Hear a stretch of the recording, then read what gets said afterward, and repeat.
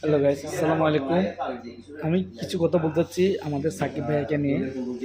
সেটা হচ্ছে গিয়ে নাসিরউদ্দিন পাটোয়ারি, তুমি ভাই যাই কিছু করো, সমস্যা নেই আমাদের।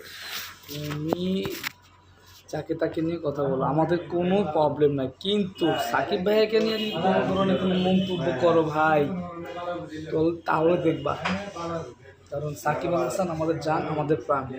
তোমাদের কারণে আজকে আমরা টি-20 বিশ্বকাপ খেলতে পারি না। তোমাদের জন্য আজকে আমাদের সাকিব আল হাসান দেশে নাই।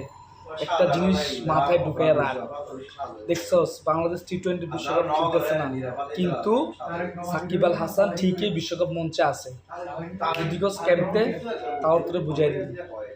দেখ, সর্বোচ্চ উইকেট শিকারী সাকিব আল হাসান। দেখ, সাকিবের জন্য পুরো বিশ্বে বাংলাদেশকে আজকে চিনতে পারছে, কারণ সাকিব এখনো অনলি ওয়ান, এক নম্বরে আছে। সাকিব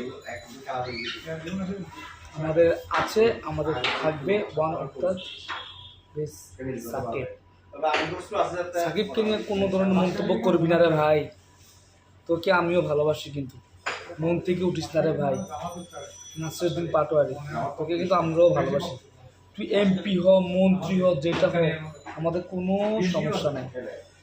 সাকিবকে নিয়ে কোনো উল্টাপাল্টা বাজে মন্তব্য করিস না, কারণ সাকিব আমাদের রক্তে মিশে আছে।